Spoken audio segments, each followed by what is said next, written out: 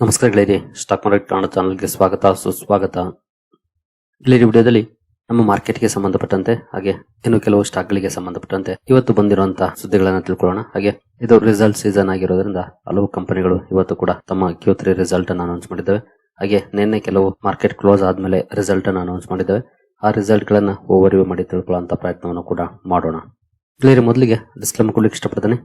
ಇಲ್ಲಿ ಕವರ್ ಮಾಡ್ತಿರುವಂತ ಯಾವುದೇ ಸ್ಟಾಕ್ ಅನ್ನು ಕೂಡ ರೆಕಮೆಂಡ್ ಮಾಡ್ತಿಲ್ಲ. ನೀವು ಫರ್ದರ್ ಸ್ಟಡಿ ಮೆಡಿಟೇಷನ್ ತಗೊಳ್ಬಹುದು. ಆಸ್ ಎಜುಕೇಶನಲ್ ಪರ್ಪಸ್ ನನ್ನ ವಿಡಿಯೋ ಮುಂದೆ ತರ್ತಾ ಇದ್ದೀನಿ. ಹಾಗೆ ಡಿಸ್ಕ್ರಿಪ್ಷನ್ ಅಲ್ಲಿ ಅಕೌಂಟ್ ಓಪನಿಂಗ್ ಲಿಂಕ್ ಇರುತ್ತೆ, ಅಕೌಂಟ್ ಅನ್ನು ಓಪನ್ ಮಾಡಬಹುದು. ಹಾಗೆ ಇನ್ವೆಸ್ಟ್ಮೆಂಟ್ ಗೆ ಸಂಬಂಧಪಟ್ಟಂತೆ ನಿಮ್ಗೆ ಏನಾದರೂ ಸಪೋರ್ಟ್ ಬೇಕು ಅಂತಂದ್ರೆ ಇಲ್ಲಿರುವಂತಹ ನಂಬರ್ ಗೆ ಕಾಂಟ್ಯಾಕ್ಟ್ ಮಾಡಬಹುದು. ನಮ್ಮ ಟೀಮ್ ಇಂದ ನಿಮ್ಗೆ ಸಪೋರ್ಟ್ ಸಿಗುತ್ತೆ. ಹಾಗೆ ಇಲ್ಲಿ ಮೆನ್ಷನ್ ಮಾಡಿರುವಂತಹ ಎಲ್ಲ ಸರ್ವಿಸಸ್ ಕೂಡ ನಮ್ಮ ಮೂಲಕ ಸಿಗುತ್ತೆ. ಇಂಟ್ರೆಸ್ಟ್ ಇರೋರು ಸಂಪರ್ಕ ಮಾಡಬಹುದು. ಬಟ್ ಕಂಡೀಷನ್ ಒಂದೇ, ಅಕೌಂಟ್ ನಮ್ಮ ಮೂಲಕ ಓಪನ್ ಆಗಿರಬೇಕು. ಹಾಗಾಗಿ ಡಿಸ್ಕ್ರಿಪ್ಷನ್ ಅಲ್ಲಿ ಲಿಂಕ್ ಇದೆ, ಅಕೌಂಟ್ ಅನ್ನು ಓಪನ್ ಮಾಡ್ಕೊಳ್ಳಿ, ನಂತರ ಕಾಂಟ್ಯಾಕ್ಟ್ ಮಾಡಿ. ಹಾಗೆ ಅಕೌಂಟ್ ಓಪನ್ ಮಾಡುವಾಗ ಏನಾದರೂ ಸಮಸ್ಯೆಗಳಾದ್ರೆ ಸೇಮ್ ನಂಬರ್ ಗೆ ಕಾಲ್ ಮಾಡಿ ಹೆಲ್ಪ್ ಮಾಡ್ತೀವಿ.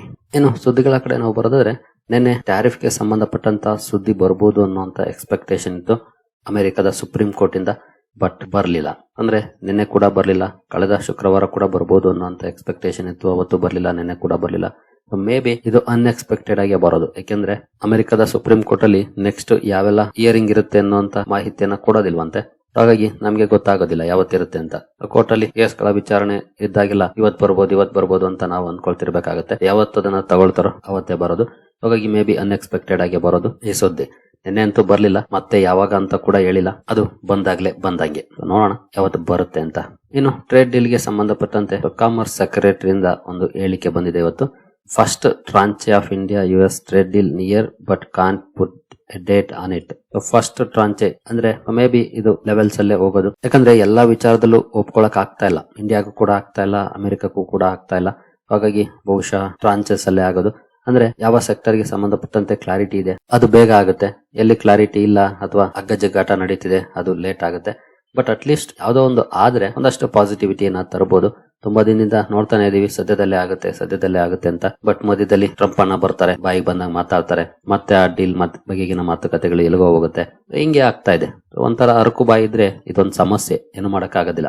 ಬಾಯಿಗೆ ಬಂದಾಗ ಮಾತಾಡಿದ್ರೆ ರಿಲೇಶನ್ಶಿಪ್ ಗಳು ಕೆಟ್ಟೋಗುತ್ತೆ. ಈಗ ಅದೇ ಆಗ್ತಾ ಇರೋದು. ನಮ್ಮ ಹರಕು ಬಾಯಿ ಟ್ರಂಪ್ ಅನ್ನ ಸಂಬಂಧಗಳು ಆಳಿಸೋ ತರ ಮಾಡ್ತಿದ್ದಾರೆ. ಬಟ್ ನಮ್ಗಂತೂ ಬೇರೆ ಆಪ್ಷನ್ ಇಲ್ಲ, ಕಾಯ್ಲೇಬೇಕು ಆಸ್ ಎ ಇನ್ವೆಸ್ಟರ್ಸ್. ನೋಡೋಣ ಎಷ್ಟು ಬೇಗ ಆಗುತ್ತೋ ಅಷ್ಟು ಬೇಗ ಒಳ್ಳೆ ನ್ಯೂಸ್ ನೋಡಬಹುದು. ಇನ್ನು ಸೌದಿ ಅರೇಬಿಯಾದಿಂದ ಒಂದು ಸುದ್ದಿ ಬಂದಿದೆ ನೋಡಬಹುದು. Saudi Arabia uncovers massive reserves at 4 sites. ಅಂದ್ರೆ ಗೋಲ್ಡ್ ರಿಸರ್ವ್ಸ್ ಅನ್ನ ಫೈಂಡ್ ಮಾಡಿದೆ. ಎಷ್ಟು ದಿನ ಅಲ್ಲಿ ಭರ್ಜರಿಯಾಗಿ ಕ್ರೂಡ್ ಸಿಗ್ತಾ ಇತ್ತು, ಈಗ ಗೋಲ್ಡ್ ಕೂಡ ಸಿಗೋ ಬಗ್ಗೆ ಸುದ್ದಿಗಳು ಬರ್ತಾ ಇದಾವೆ. 4 sites ಅನ್ನ ಸೌದಿ ಅರೇಬಿಯಾ ಐಡೆಂಟಿಫೈ ಮಾಡಿದೆ. ಬಹುಶಃ ಅಲ್ಲಿ ದೊಡ್ಡ ಮಟ್ಟದ ಗೋಲ್ಡ್ ರಿಸರ್ವ್ ಇರಬಹುದು ಅಂತ ನೋಡಬಹುದು. 7.8 ಮಿಲಿಯನ್ ಔನ್ಸಸ್, ರಫ್ಲಿ ನೋಡಬಹುದು 221 ಟನ್ಸ್ ಅಂತ ಲೆಕ್ಕಾಚಾರ ಮಾಡಲಾಗ್ತಾ ಇದೆ. ಇನ್ನು ನೆಕ್ಸ್ಟ್ ಸುದ್ದಿ ಕಡೆ ನಾವು ಬರೋದಾದ್ರೆ, ಇನ್ಫೋಸಿಸ್. ನಿನ್ನೆ ಇನ್ಫೋಸಿಸ್ ರಿಸಲ್ಟ್ ಅನ್ನು ಅನೌನ್ಸ್ ಮಾಡಿದ್ದು. ನಿನ್ನೆ ವಿಡಿಯೋದಲ್ಲಿ ರಿಸಲ್ಟ್ ಅನ್ನ ಕವರ್ ಮಾಡಿದ್ದೆ. ಹಾಗೆ ADR ಬಗ್ಗೆ ಕೂಡ ನಾವು ನೋಡಿದ್ವಿ. ನೋಡಬಹುದು ಮೋರ್ ದನ್ 10% ಅಪ್ ಅಲ್ಲಿ ನಿನ್ನೆ ಇನ್ಫೋಸಿಸ್ ADR ಕ್ಲೋಸಿಂಗ್ ಅನ್ನ ಕೊಟ್ಟಿದೆ. ಭರ್ಜರಿ ಪರ್ಫಾರ್ಮೆನ್ಸ್ ಬಂದಿದೆ. ನಾಳೆ ನಮ್ಮ ಮಾರ್ಕೆಟ್ ಅಲ್ಲಿ ಯಾವ ರೀತಿ ರಿಯಾಕ್ಷನ್ ಬರುತ್ತೆ ಖಂಡಿತ ಕುತೂಹಲ ಅಂತೂ ಇದೆ. ಇವತ್ತಿದ್ರೆ ಬಹುಶಃ ಒಳ್ಳೆ ಪರ್ಫಾರ್ಮೆನ್ಸ್ ಬರ್ತಿತ್ತೇನೋ, ಬಟ್ ಇವತ್ತು ಅನ್ಫಾರ್ಚುನೇಟ್ಲಿ ಮಾರ್ಕೆಟ್ ರಜೆ. ನೋಡೋಣ ನಾಳೆ ಏನಾದ್ರೂ ಇದರ ರಿಯಾಕ್ಷನ್ ಬರುತ್ತಂತ. ಜೊತೆಗೆ ಇನ್ಫೋಸಿಸ್ ಪಾಸಿಟಿವ್ ಪರ್ಫಾರ್ಮೆನ್ಸ್ ಅನ್ನ ಮಾಡ್ತು. ಇದರ ಕಾಸ್ಕೇಡಿಂಗ್ ಇಂಪ್ಯಾಕ್ಟ್ ವಿಪ್ರೋ ಸ್ಟಾಕ್ ಮೇಲೂ ಕೂಡ ಬಿದ್ದಿದೆ ನೋಡಬಹುದು. ವಿಪ್ರೋ ADR ಅಲ್ಲೂ ಕೂಡ ಮೋರ್ ದನ್ 5% ರ್ಯಾಲಿ ನೋಡ್ಲಿಕ್ಕೆ ಸಿಕ್ಕಿದೆ. ತುಂಬಾ ಒಳ್ಳೆ ಪರ್ಫಾರ್ಮೆನ್ಸ್ ಎರಡು IT ಸೆಕ್ಟರ್ ನ ADR ಗಳಲ್ಲಿ ನೋಡ್ಲಿಕ್ಕೆ ಸಿಕ್ಕಿದೆ. ನೋಡೋಣ ನಾಳೆ ನಮ್ಮ ಮಾರ್ಕೆಟ್ ಅಲ್ಲಿ ಯಾವ ರೀತಿ ಪರ್ಫಾರ್ಮೆನ್ಸ್ ಬರುತ್ತೆ ಅಂತ. ಇನ್ನು ಇವತ್ತು ಜಿಯೋ ಫೈನಾನ್ಸ್ ರಿಸಲ್ಟ್ ಅನ್ನ ಅನೌನ್ಸ್ ಮಾಡಿದೆ, ಅಥವಾ ಜಿಯೋ ಫೈನಾನ್ಷಿಯಲ್ ಸರ್ವಿಸಸ್ ಕಂಪನಿಯ ರಿಸಲ್ಟ್ ಅನ್ನ ನಾವು ನೋಡೋಣ. ಇಲ್ಲಿರುವಂತಹ ನಂಬರ್ಸ್ ಎಲ್ಲಾನು ಕೂಡ ಕೋಟಿಗಳಲ್ಲಿದೆ. ಇಲ್ಲಿ ನೋಡಬಹುದು ಡಿಸೆಂಬರ್ 2024 ಅಂದ್ರೆ ಲಾಸ್ಟ್ ಇಯರ್ ಡೇಟಾ, ಇದು ಸೆಪ್ಟೆಂಬರ್ 2025, ಇದು December 2025. Year on year, quarter on quarter ಕಂಪನಿಯ ಟೋಟಲ್ ರೆವಿನ್ಯೂ ನೋಡೋದಾದ್ರೆ ನೋಡಬಹುದು. ಹಿಂದಿನ ವರ್ಷ 448 ಕೋಟಿ ಇತ್ತು. ಹಿಂದಿನ ಕ್ವಾರ್ಟರ್ಲಿ 1002 ಕೋಟಿ, ಈಗ 901 ಕೋಟಿ ಇದೆ. ಇಯರ್ಲಿ ತುಂಬಾ ಚೆನ್ನಾಗಿ ಅಪ್ ಆಗಿದೆ, ಅಂದ್ರೆ ಮೋರ್ ದನ್ ಡಬಲ್ ಆಗಿದೆ. ಬಟ್ ಕ್ವಾರ್ಟರ್ಲಿ ಡೌನ್ ಇದೆ, 100 crores. ರೆವಿನ್ಯೂ ವೈಸ್ ಈ ರೀತಿ ಪರ್ಫಾರ್ಮೆನ್ಸ್ ಇದೆ. ಇನ್ನು ಎಕ್ಸ್ಪೆನ್ಸಸ್, ಟೋಟಲ್ ಎಕ್ಸ್ಪೆನ್ಸಸ್ ನೋಡಬಹುದು. ಹಿಂದಿನ ವರ್ಷ 130 ಕೋಟಿ ಇತ್ತು, ಹಿಂದಿನ ಕ್ವಾರ್ಟರ್ಲಿ 436 ಕೋಟಿ, ಈಗ 565 ಕೋಟಿ ಆಗಿದೆ. ಈ ಸಲ ಡಿಫರೆನ್ಸ್ ಅಂದ್ರೆ ನೀವು ಇಲ್ಲಿ ನೋಡಬಹುದು, ರೆವಿನ್ಯೂ ಕಡಿಮೆ ಆಗಿದೆ ಲಾಸ್ಟ್ ಕ್ವಾರ್ಟರ್ ಹೋಲಿಸಿದ್ರೆ, ಬಟ್ ಎಕ್ಸ್ಪೆನ್ಸ್ ಜಾಸ್ತಿ ಆಗಿದೆ, ಡಬಲ್ ಕೊಡ್ತಾ ಬೀಳುತ್ತೆ. ನಂತರ ಟ್ಯಾಕ್ಸ್ ಎಕ್ಸ್ಪೆನ್ಸಸ್ ಕಳೆದ್ಮೇಲೆ PBT ಸಿಗುತ್ತೆ. PBT ಅನ್ನ ನೋಡಿದ್ರೆ ಅದರಲ್ಲೂ ಜಾಯಿಂಟ್ ವೆಂಚರ್ ಬಿಫೋರ್ ನಂಬರ್ಸ್ ಅನ್ನು ನೋಡೋಣ. ನೋಡಬಹುದು ಹಿಂದಿನ ವರ್ಷ 318 ಕೋಟಿ ಇತ್ತು, ಹಿಂದಿನ ಕ್ವಾರ್ಟರ್ಲಿ 565, ಈಗ 335 ಇದೆ. ಇಯರ್ಲಿ ಸ್ವಲ್ಪ ಮಟ್ಟಿಗೆ ಅಪ್ ಇದೆ, ಬಟ್ ಕ್ವಾರ್ಟರ್ಲಿ ಡೌನ್ ಪರ್ಫಾರ್ಮೆನ್ಸ್ ಇದೆ ನೋಡಬಹುದು. ನಂತರ ವೇರಿಯಸ್ ಅಡ್ಜಸ್ಟ್ಮೆಂಟ್ಸ್ ಬರುತ್ತೆ, ಮತ್ತೆ PBT ಯಲ್ಲಿ ಚೇಂಜಸ್ ಆಗುತ್ತೆ ನೋಡಬಹುದು. ಈ ಅಡ್ಜಸ್ಟ್ಮೆಂಟ್ ನಂತರ 377, 783, 371. ಇಯರ್ಲಿ ಕೂಡ ಡೌನ್ ಆಯ್ತು ಸ್ಲೈಟ್ಲಿ, ಕ್ವಾರ್ಟರ್ಲಿ ಕೂಡ ಡೌನ್ ಇದೆ ಪರ್ಫಾರ್ಮೆನ್ಸ್ ನೋಡಬಹುದು. ಇನ್ನು ಟ್ಯಾಕ್ಸ್ ಎಕ್ಸ್ಪೆನ್ಸಸ್ ನಂತರ ಕಂಪನಿಯ ಪ್ರಾಫಿಟ್ ಫಾರ್ ದ ಪೀರಿಯಡ್ ನೋಡಿದ್ರೆ ಇಂದಿನ ವರ್ಷ ನೋಡಬಹುದು 294 ಕೋಟಿ ಇತ್ತು. ಇಂದಿನ ಕ್ವಾರ್ಟರ್ಲಿ 695 ಕೋಟಿ, ಈಗ 268 ಕೋಟಿ ಇದೆ. ಇಯರ್ಲಿ ಕ್ವಾರ್ಟರ್ಲಿ ಎರಡು ಕಡೆ ಡೌನ್ ಪರ್ಫಾರ್ಮೆನ್ಸ್ ಇದೆ ನೋಡಬಹುದು. ಇನ್ನು EPS ಅಲ್ಲೂ ಕೂಡ ಸೇಮ್ ಪ್ರಪೋರ್ಷನೇಟ್ ಅಡ್ಜಸ್ಟ್ ಆಗುತ್ತೆ ನೋಡಬಹುದು. ಇಯರ್ಲಿ ಕ್ವಾರ್ಟರ್ಲಿ ಎರಡು ಕಡೆ ಡೌನ್ ಇದೆ. ಓವರ್ ಆಲ್ ಸ್ವಲ್ಪ ಡೌನ್ ಪರ್ಫಾರ್ಮೆನ್ಸ್ ಅನ್ನೇ ಮಾಡಿದೆ, ಎಸ್ಪೆಷಲಿ ಕ್ವಾರ್ಟರ್ಲಿ ಅಂತೂ ಡೌನ್ ಇದೆ. ಇಯರ್ಲಿ ಕೂಡ ನೆಟ್ ಪ್ರಾಫಿಟ್ ಅಲ್ಲಿ ಡೌನ್ ಪರ್ಫಾರ್ಮೆನ್ಸ್ ಇದೆ ಜಿಯೋ ಫೈನಾನ್ಷಿಯಲ್ ಸರ್ವಿಸಸ್ ಅಲ್ಲಿ. ನೋಡೋಣ ನಾಳೆ ಮಾರ್ಕೆಟ್ ಯಾವ ರೀತಿ ರಿಯಾಕ್ಟ್ ಮಾಡುತ್ತೆ ಈ ನಂಬರ್ಸ್ ಗೆ ಅಂತ. ನಂತರ LTTS ಅಥವಾ L&T ಟೆಕ್ನಾಲಜಿ ಸರ್ವಿಸಸ್ ಕೂಡ ಇವತ್ತು ರಿಸಲ್ಟ್ ಅನ್ನು ಅನೌನ್ಸ್ ಮಾಡಿದೆ. ಇಲ್ಲಿ ಮೆನ್ಷನ್ ಮಾಡಿರುವಂತಹ ನಂಬರ್ಸ್ ಎಲ್ಲ ಮಿಲಿಯನ್ಸ್ ಅಲ್ಲಿ ಇದೆ ನೋಡಬಹುದು, ರುಪೀಸ್ ಇನ್ ಮಿಲಿಯನ್ಸ್. ಕಂಪನಿಯ ಟೋಟಲ್ ಇನ್ಕಮ್ ಅನ್ನು ನೋಡಿದರೆ ಸೀಕ್ವೆನ್ಸ್ ಸೇಮ್ ಇದೆ, year on year, quarter on quarter. ಇದು ಪ್ರೀವಿಯಸ್ ಕ್ವಾರ್ಟರ್. ಟೋಟಲ್ ಇನ್ಕಮ್ ನೋಡಬಹುದು, ಹಿಂದಿನ ವರ್ಷ 26,865 ಮಿಲಿಯನ್ ಇತ್ತು. ಹಿಂದಿನ ಕ್ವಾರ್ಟರ್ಲಿ 30,451 ಮಿಲಿಯನ್, ಈಗ 29,568 ಮಿಲಿಯನ್ ಇದೆ. ಇಯರ್ಲಿ ತುಂಬಾ ಒಳ್ಳೆ ಪರ್ಫಾರ್ಮೆನ್ಸ್ ಇದೆ, ಬಟ್ ಕ್ವಾರ್ಟರ್ಲಿ ಸ್ವಲ್ಪ ಮಟ್ಟಿಗೆ ಡೌನ್ ಇದೆ. ನಿಯರ್ಲಿ 1000 ಮಿಲಿಯನ್ ಡೌನ್ ಇದೆ ಪರ್ಫಾರ್ಮೆನ್ಸ್ ನೋಡಬಹುದು. ಇನ್ನು ಎಕ್ಸ್ಪೆನ್ಸಸ್, ಟೋಟಲ್ ಎಕ್ಸ್ಪೆನ್ಸಸ್ ನೋಡಿದ್ರೆ ಹಿಂದಿನ ವರ್ಷ 22,466 ಮಿಲಿಯನ್ ಇತ್ತು. ಹಿಂದಿನ ಕ್ವಾರ್ಟರ್ಲಿ 25,971 ಮಿಲಿಯನ್, ಈಗ 25,113 ಮಿಲಿಯನ್ ಇದೆ. ಎಕ್ಸ್ಪೆನ್ಸಸ್ ಕೂಡ ಕಡಿಮೆ ಆಗಿದೆ ಲಾಸ್ಟ್ ಕ್ವಾರ್ಟರ್ ಹೋಲಿಸಿದ್ರೆ ಸ್ವಲ್ಪ ಮಟ್ಟಿಗೆ. ಇನ್ಕಮ್ ಇಂದ ಎಕ್ಸ್ಪೆನ್ಸಸ್ ಕಳೆದ್ರೆ PBT ಸಿಗುತ್ತೆ, profit before exceptional item and tax ನೋಡಬಹುದು. ಹಿಂದಿನ ವರ್ಷ 4,399 ಮಿಲಿಯನ್ ಇತ್ತು. ಹಿಂದಿನ ಕ್ವಾರ್ಟರ್ಲಿ 4,480, ಈಗ 4,455 ಇದೆ. ಇಯರ್ಲಿ ಇಂಪ್ರೂವ್ ಆಗಿದೆ, ಸ್ಲೈಟ್ಲಿ ಇಂಪ್ರೂವ್ ಆಗಿದೆ, ಬಿಗ್ ಡಿಫರೆನ್ಸ್ ಏನಲ್ಲ, ಜಸ್ಟ್ 56 ಮಿಲಿಯನ್ ಜಾಸ್ತಿ ಆಗಿದೆ. ಬಟ್ ಸ್ಟಿಲ್ ಸ್ವಲ್ಪ ಮಟ್ಟಿಗೆ ಇಂಪ್ರೂವ್ಮೆಂಟ್ ಇದೆ. ಬಟ್ ಕ್ವಾರ್ಟರ್ಲಿ ಸ್ವಲ್ಪ ಮಟ್ಟಿಗೆ ಡೌನ್ ಪರ್ಫಾರ್ಮೆನ್ಸ್ ಇದೆ. ನಂತರ ಈ ಸಲ 354 ಮಿಲಿಯನ್ ಎಕ್ಸೆಪ್ಷನಲ್ ಐಟಮ್ಸ್ ಮೈನಸ್ ಆಗಿದೆ.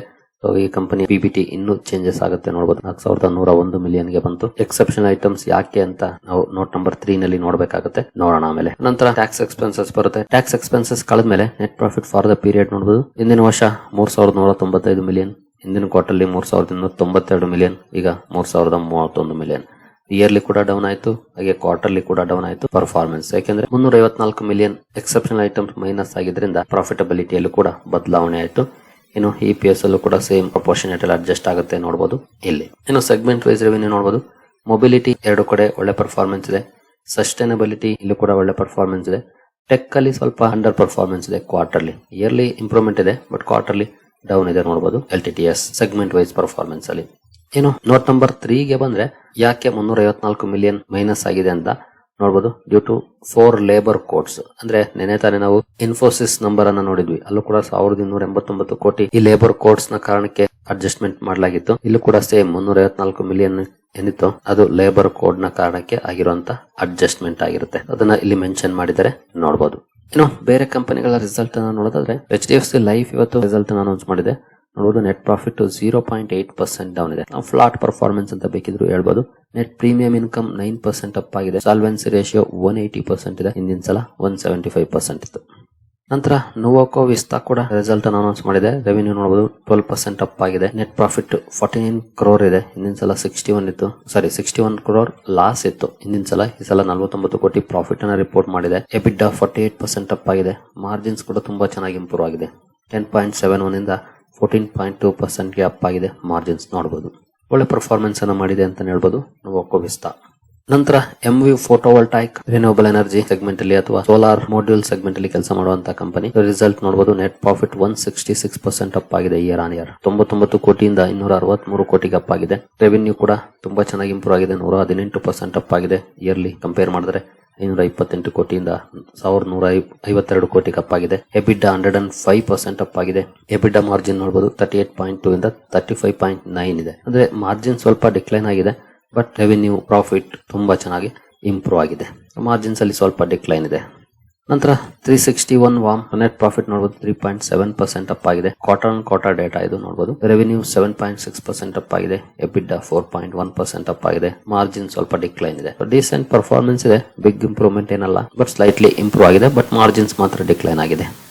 ನಂತರ south Indian bank company operating profit ನೋಡಬಹುದು 10.5% ಅಪ್ ಆಗಿದೆ. ಇದು year on year data. Provisions ನೋಡಬಹುದು ಜಾಸ್ತಿ ಆಗಿದೆ. ಪ್ರಾವಿಷನಿಂಗ್ 66 ಕ್ರೋರ್ ಇಂದ 80 ಕ್ರೋರ್ ಅಪ್ ಆಗಿದೆ. NII 1% ಅಪ್ ಆಗಿದೆ. ನಂತರ NPA ಡಿಕ್ಲೈನ್ ಇದೆ, 0.56 ಇಂದ 0.45 ಇದೆ. ಒಳ್ಳೆ ಡೆವಲಪ್ಮೆಂಟ್.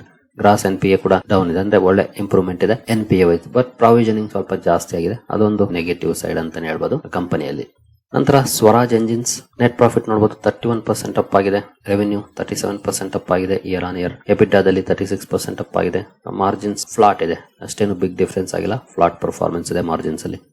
ನಂತರ sterling and Wilson year on year performance ಅನ್ನು ನೋಡಿದರೆ ಕಂಪನಿ ನೆಟ್ ಲಾಸ್ ಅನ್ನ ರಿಪೋರ್ಟ್ ಮಾಡಿದೆ 2.8 crore. ಹಿಂದಿನ ಸಲ 14 ಕೋಟಿ ಪ್ರಾಫಿಟ್ ಇತ್ತು, ಈ ಸಲ ಲಾಸ್ ರಿಪೋರ್ಟ್ ಮಾಡಿದೆ. ರೆವೆನ್ಯೂ ನಿಯರ್ಲಿ 14% ಅಪ್ ಆಗಿದೆ, ಎಬಿಟಾ 4.8% ಡೌನ್ ಇದೆ, ಮಾರ್ಜಿನ್ಸ್ ಕೂಡ ಸ್ವಲ್ಪ ಡೌನ್ ಇದೆ. ಇನ್ನು ವಾರಿ ರಿನ್ಯೂವಬಲ್ ಟೆಕ್ನಾಲಜೀಸ್ ನಿನ್ನೆ ರಿಸಲ್ಟ್ ಅನೌನ್ಸ್ ಮಾಡಿದೆ. ಆಕ್ಚುಲಿ ನಿನ್ನೆ ಮಾರ್ಕೆಟ್ ಕ್ಲೋಸ್ ಆದ್ಮೇಲೆ ಬಂದಿದೆ ರಿಸಲ್ಟ್. ಇದು ನೋಡಬಹುದು ಪರ್ಫಾರ್ಮೆನ್ಸ್ ಸೇಲ್ಸ್ ಅಲ್ಲಿ ಹಿಂದಿನ ವರ್ಷ 360 ಕೋಟಿ ಇತ್ತು, ಹಿಂದಿನ ಕ್ವಾರ್ಟರ್ಲಿ 775, ಈಗ 851 ಕೋಟಿ ತಲುಪಿದೆ. ಇಯರ್ಲಿ ಕ್ವಾರ್ಟರ್ಲಿ 2 ಕಡೆ ಇಂಪ್ರೂವ್ಮೆಂಟ್ ಇದೆ ಕಂಪನಿಯ ಸೇಲ್ಸ್ ಅಲ್ಲಿ. ಎಬಿಟ್ ಅಲ್ಲಿ ಪರ್ಫಾರ್ಮೆನ್ಸ್ ನೋಡಬಹುದು ನಿಯರ್ಲಿ 72 crores ಇಂದ 159 crore ಬಂದಿದೆ. ಹಿಂದಿನ ಸಲ 158 ಕೋಟಿ ಇತ್ತು, ಅದೀಗ 159 ಆಗಿದೆ. ಕ್ವಾರ್ಟರ್ಲಿ ಸ್ಲೈಟ್ಲಿ ಅಪ್ ಆಗಿದೆ, ಅಂದ್ರೆ 1 crore ಜಾಸ್ತಿ ಆಗಿದೆ. ನೆಟ್ ಪ್ರಾಫಿಟ್ ಅಲ್ಲಿ 4 crore ಜಾಸ್ತಿ ಆಗಿದೆ ಕ್ವಾರ್ಟರ್ಲಿ. ಇಯರ್ಲಿ ಅಂತೂ ತುಂಬಾ ಚೆನ್ನಾಗಿದೆ, 125% ಅಪ್ ಆಗಿದೆ ನೋಡಬಹುದು. ಇಯರ್ಲಿ ಸಾಲಿಡ್ ಪರ್ಫಾರ್ಮೆನ್ಸ್ ಇದೆ, ಕ್ವಾರ್ಟರ್ಲಿ ಕೂಡ ಇಂಪ್ರೂವ್ ಆಗಿದೆ, ಬಟ್ ಲೈಟ್ಲಿ ಇಂಪ್ರೂವ್ಮೆಂಟ್ ನೋಡ್ಲಿಕ್ಕೆ ಸಿಕ್ಕಿದೆ ವಾರಿ ರಿನ್ಯೂವಬಲ್ ಟೆಕ್ನಾಲಜೀಸ್ ನ ನಂಬರ್ಸ್ ಅಲ್ಲಿ. ನೋಡೋಣ ಇದಕ್ಕೆ ಕೂಡ ನಾಳೆ ಮಾರ್ಕೆಟ್ ಅಲ್ಲಿ ಯಾವ ರೀತಿ ರಿಯಾಕ್ಷನ್ ಬರುತ್ತೆ ಅಂತ. ನಂತರ HDB ಫೈನಾನ್ಷಿಯಲ್ ಸರ್ವಿಸಸ್ ಇತ್ತೀಚೆಗೆ IPO ಮೂಲಕ ಬಂದಂತ ಕಂಪನಿ, HDFC ಗ್ರೂಪ್ ನ ಕಂಪನಿ. ಪರ್ಫಾರ್ಮೆನ್ಸ್ ನೋಡಬಹುದು ಇಯರ್ಲಿ ಕ್ವಾರ್ಟರ್ಲಿ ಇಂಪ್ರೂವ್ಮೆಂಟ್ ಇದೆ, ಡಿಸೆಂಟ್ ಇಂಪ್ರೂವ್ಮೆಂಟ್ ಇದೆ, ಬಿಗ್ ಡಿಫರೆನ್ಸ್ ಏನಲ್ಲ, ಡಿಸೆಂಟ್ ಇಂಪ್ರೂವ್ಮೆಂಟ್ ಇದೆ. ಎಬಿಟ್ ಅಲ್ಲೂ ಕೂಡ ಪರ್ಫಾರ್ಮೆನ್ಸ್ ಇಂಪ್ರೂವ್ ಆಗಿದೆ, ನೆಟ್ ಪ್ರಾಫಿಟ್ ಅಲ್ಲೂ ಕೂಡ ಪರ್ಫಾರ್ಮೆನ್ಸ್ ಇಂಪ್ರೂವ್ ಆಗಿದೆ. ಒಳ್ಳೆ ಪರ್ಫಾರ್ಮೆನ್ಸ್ ಅನ್ನೇ ಮಾಡಿದೆ HDB ಫೈನಾನ್ಷಿಯಲ್ ಸರ್ವಿಸಸ್ Q3 ನಲ್ಲಿ. ನಂತರ HDFC AMC ನೋಡಬಹುದು, ಇದು ಕೂಡ ಡಿಸೆಂಟ್ ಇಂಪ್ರೂವ್ಮೆಂಟ್ ಇದೆ, ಇಯರ್ಲಿ ಕ್ವಾರ್ಟರ್ಲಿ 2 ಕಡೆ ಇಂಪ್ರೂವ್ ಆಗಿದೆ, ಎಬಿಟ್ ಅಲ್ಲಿ ಇಂಪ್ರೂವ್ಮೆಂಟ್ ಇದೆ, ನೆಟ್ ಪ್ರಾಫಿಟ್ ಅಲ್ಲೂ ಕೂಡ ಇಂಪ್ರೂವ್ಮೆಂಟ್ ಇದೆ. ಒಳ್ಳೆ ಪರ್ಫಾರ್ಮೆನ್ಸ್ ಅನ್ನೇ ಮಾಡಿದೆ HDFC AMC ಕೂಡ. ಹಾಗೆ ನಾನು ಮತ್ತೆ MU ಫೋಟೋವೋಲ್ಟಾಯಿಕ್ ನಂಬರ್ ಅನ್ನ ಓಪನ್ ಮಾಡಿದೀನಿ, ಯಾಕಂದ್ರೆ ನಾವು ಅಲ್ಲಿ ನೋಡಿದ್ದು ಕನ್ಸಾಲಿಡೇಟೆಡ್ ನಂಬರ್ಸ್, ಇಲ್ಲಿರೋದು ಕೂಡ ಕನ್ಸಾಲಿಡೇಟೆಡ್ ನಂಬರ್. ಕನ್ಸಾಲಿಡೇಟೆಡ್ ಅಲ್ಲಿ ಒಳ್ಳೆ ಪರ್ಫಾರ್ಮೆನ್ಸ್ ಇದೆ, ತುಂಬಾ ಒಳ್ಳೆ ಇಂಪ್ರೂವ್ಮೆಂಟ್ ಇದೆ, ನಾವಲ್ಲಿ ನೋಡಿದ್ವಲ್ಲ ಅದೇ ನಂಬರ್ಸ್. ಬಟ್ ಕಂಪನಿಯ ಸ್ಟ್ಯಾಂಡ್ ಅಲೋನ್ ನಂಬರ್ಸ್ ಅಲ್ಲಿ ಅಂತ ಒಳ್ಳೆ ಇಂಪ್ರೂವ್ಮೆಂಟ್ ಏನಿಲ್ಲ, ಡೌನ್ ಇದೆ ಪರ್ಫಾರ್ಮೆನ್ಸ್ ನೋಡಬಹುದು. ಟೋಟಲ್ ಇನ್ಕಮ್ ನೋಡಬಹುದು ಯಾವ ರೀತಿ ಡೌನ್ ಆಗಿದೆ ಅಂತ, 36,343, 29,453, ಈಗ 11,452. ಇಯರ್ಲಿ ಕ್ವಾರ್ಟರ್ಲಿ ಕಂಪನಿಯ ಸ್ಟ್ಯಾಂಡ್ ಅಲೋನ್ ನಂಬರ್ಸ್ ಅಲ್ಲಿ ಬಿಗ್ ಡೌನ್ ಫಾಲ್ ಇದೆ, ಬಟ್ ಕನ್ಸಾಲಿಡೇಟೆಡ್ ನಂಬರ್ಸ್ ಅಲ್ಲಿ ತುಂಬಾ ಒಳ್ಳೆ ಇಂಪ್ರೂವ್ಮೆಂಟ್ ಇದೆ. ಕನ್ಸಾಲಿಡೇಟೆಡ್ ಅಂದ್ರೆ ಕಂಪನಿಯ ಸಬ್ಸಿಡಿಯರೀಸ್ ಏನಿರುತ್ತೆ, ಎಲ್ಲೆಲ್ಲ ಇನ್ವೆಸ್ಟ್ ಮಾಡಿರುತ್ತೆ ಅಥವಾ ಸ್ಟೇಕ್ ಅನ್ನು ಹೊಂದಿರುತ್ತೆ, ಅದೆಲ್ಲ ಸೇರ್ಕೊಂಡು ಕನ್ಸಾಲಿಡೇಟೆಡ್ ಆಗುತ್ತೆ. ಸ್ಟ್ಯಾಂಡ್ ಅಲೋನ್ ಅಂದ್ರೆ ಕಂಪನಿಯ ಓನ್ ಬಿಸ್ನೆಸ್, ಅಂದ್ರೆ MU ಫೋಟೋವೋಲ್ಟಾಯಿಕ್ ಅಂತ ಒಂದು ಕಂಪನಿ ಏನಿದೆ ಅದರ ಬಿಸ್ನೆಸ್ ಮಾತ್ರ ಆಗಿರುತ್ತೆ. ಕನ್ಸಾಲಿಡೇಟೆಡ್ ಅಂದ್ರೆ ಆ ಕಂಪನಿ ಎಲ್ಲೆಲ್ಲ ಇನ್ವೆಸ್ಟ್ ಮಾಡಿದೆ ಅದೆಲ್ಲವೂ ಕೂಡ ಸೇರ್ಕೊಳ್ಳುತ್ತೆ. ನಾವು ಯೂಶುವಲಿ ಕನ್ಸಾಲಿಡೇಟೆಡ್ ನೇ ನೋಡ್ಬೇಕಾಗಿರೋದು, ಬಟ್ ಇಲ್ಲಿ ಸ್ಟ್ಯಾಂಡ್ ಅಲೋನ್ ಅಲ್ಲಿ ಬಿಗ್ ಡಿಫರೆನ್ಸ್ ಆಗಿದೆ. ಹಾಗಾಗಿ ಸ್ಟಾಕ್ ಅನ್ನ ಕ್ಲೋಸ್ಲಿ ವಾಚ್ ಮಾಡಬೇಕಾಗುತ್ತೆ, ನಾಳೆ ಮಾರ್ಕೆಟ್ ಯಾವ ರೀತಿ ರಿಯಾಕ್ಟ್ ಮಾಡುತ್ತೆ ಅಂತ.